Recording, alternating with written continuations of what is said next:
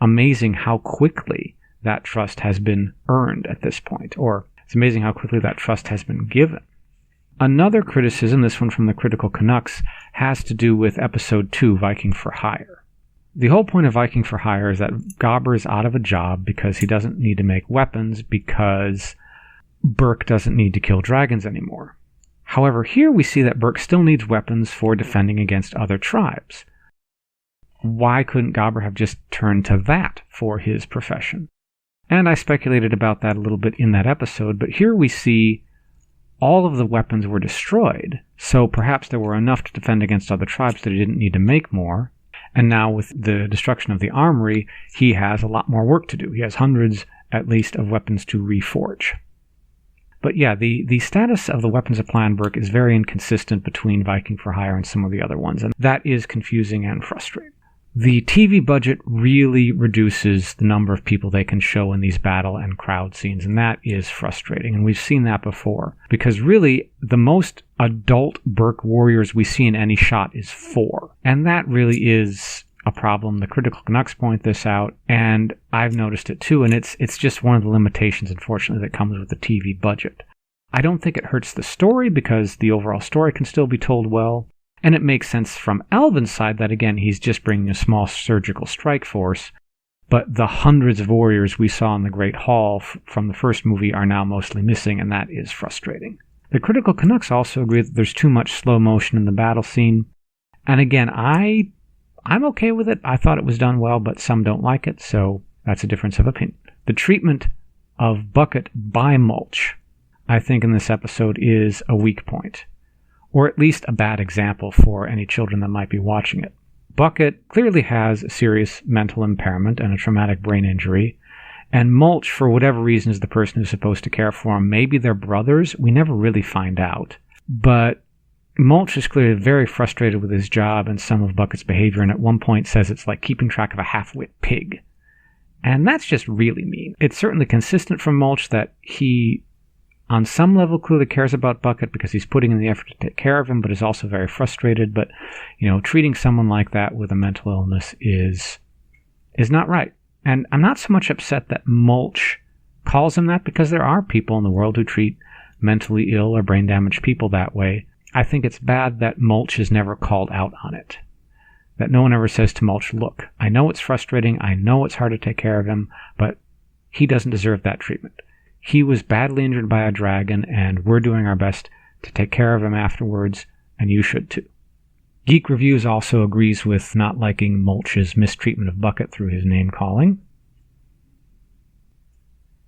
Alvin gets in a particularly nasty insult when Hiccup claims he's the Dragon Conqueror, and Alvin refers to him as Stoic's little embarrassment.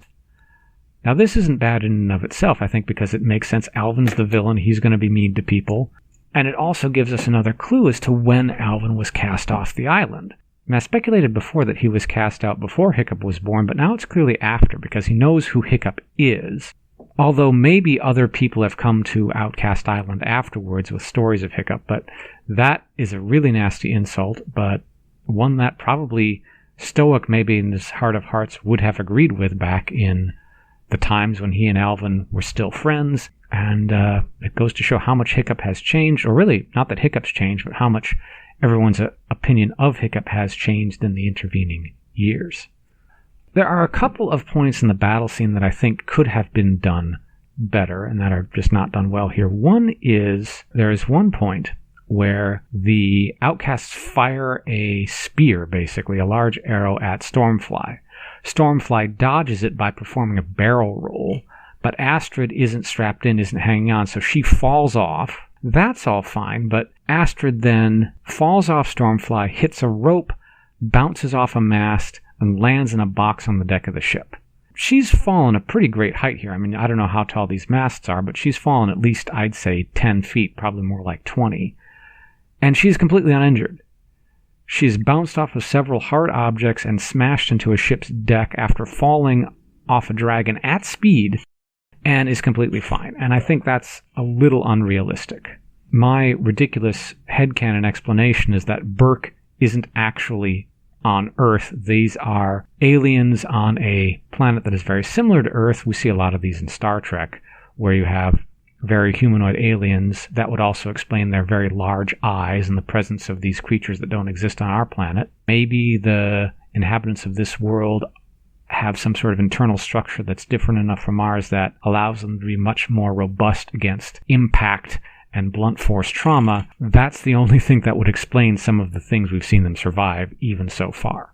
Astrid also gets a little bit what's called damseled at this point, where she basically has twice now in this episode becomes the classic damsel in distress. First when Alvin is questioning her to try to find the Dragon Conqueror and yanking on her hair, and now that she's a hostage on Alvin's ship.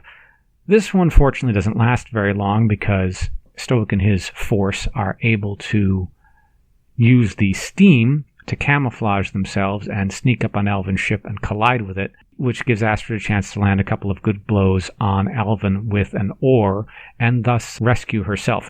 So that's a mix of good and bad. There are several points where Alvin's men react very slowly, and in real life or a real battle they would have fired or attacked. Here it's clearly they're reacting slowly for the sake of the plot to not kill the riders so they can win the battle. Sometimes it makes sense where they're stunned or scared by, say, the steam or the dragons. At other times, it just doesn't feel real. It feels a bit forced. The best example of this, I think, is Stoic and Alvin's fist fight. They're going hand to hand near the bow of the ship, which in and of itself is great. The fight scene works really well. But where are Alvin's men during this fight? None of the other personnel from Burke's ship have come on board yet, and they just seem to disappear from the scene. And they're clearly on the ship because we see them on the ship a bit later, so their disappearance is probably the biggest hole, I think, in this battle sequence. Yeah, I think that's about it for what I and the others thought could have been done better or was bad about this episode, and there's not a lot. Overall, this is a great episode.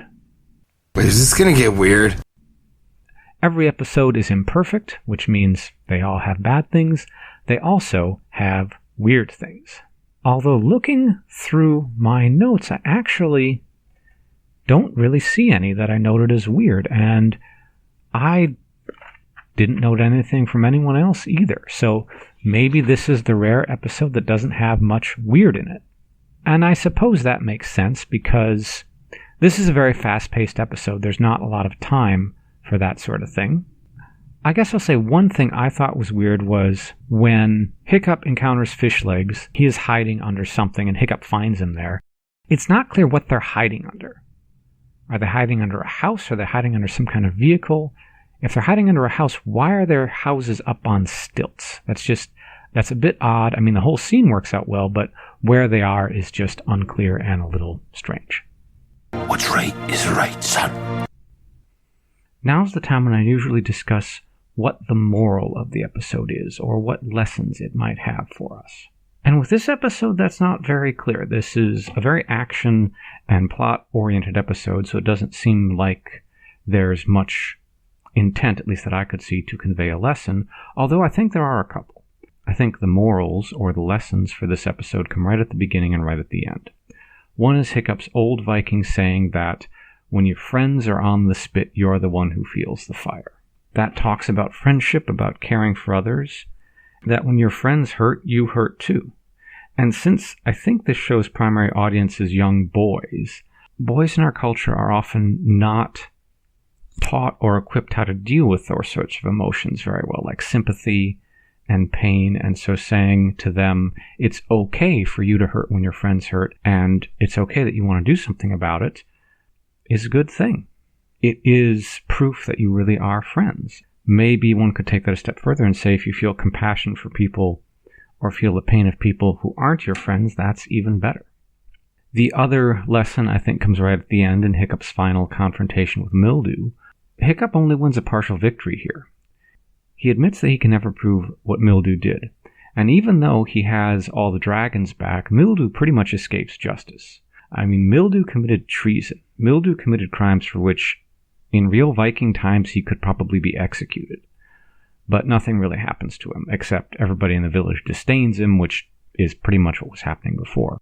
And maybe that is similar to the previous episode, a painful but realistic lesson that sometimes a partial victory over evil is the best you can have, and at the moment at least, Hiccup has to accept that, move on, and work for more complete victories in the future. Hey, I'm more woman than you'll ever be, sister. Okay, so what about the Bechdel test? That's something I've done for almost every episode and short so far. Does this pass? Well, let's look at the criteria. Does it have 2 named female characters? Yes, it has our usual Astrid and Roughnut. Goethe, interestingly, isn't present here at all, even though she would presumably be part of the elders who get evacuated to Thor's beach, but we don't see her. There is an unnamed female warrior who participates in the ambush. She's the one who flings the bola at some of Alvin's men, but she's never named and she never speaks. Just with Astrid and Roughnut, we have the first criterion passed. The second is, do they talk to each other? And I don't think they do. This episode is mostly focused on Hiccup and Stoic and their conflict with Alvin. The interactions that Astrid has are mostly with Hiccup and Stoic, and a little bit with Alvin. Roughnut has some great lines, but never really talks to Astrid. This episode is 1 out of 3, does not pass. Science! Okay, time for science. Since I am a scientist in real life, the science topic I'd like to talk about today is demographics, or demography. Basically the science of populations. So whenever someone mentions numbers in one of these episodes, I immediately perk up because it gives me a chance to talk about something quantifiable and something scientific. Not that all science is quantifiable, but most of it is. What really inspired me to bring up this topic was near the beginning of the episode, when Stoic and Gobber are talking in the forge. Gobber says 1 down, 345 to go, which means he's forged 1 new weapon and has 345 down. This, I think, gives us our first solid clue, well, one of really 2 solid clues we have so far in the franchise as to the population of Berk. It seems there are somewhere around 346 warriors who could wield weapons that Gobber is forging them for. This, I think, is consistent with the other clue, which is the big hall full of warriors we see in the first movie. I haven't gone back and counted, but it looks like somewhere in the neighborhood of 400 warriors is a reasonable estimate for what's in there. And maybe not all of them could fit into the Great Hall, but that gives us some clue as to the population, or at least some clues to the able-bodied warfaring population.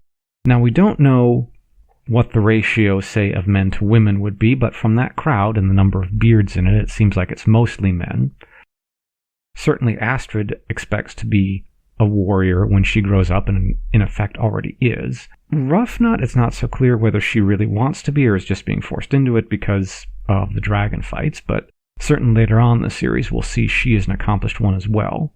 So within the little group of 6, a third of the warriors are women. Whether that's representative of the larger population, we don't know. So if we assume that most of the warriors are men, and we have a roughly equal population of males and females, that means there are about something like 800 adults in Berk. Where things really start to get confusing is if you think you have a population of, let's say, 800 adults, we only see 6 teenagers. It seems like the 6 riders that we've been following all along are the only children in that age range, the late teenage range, on the entire island.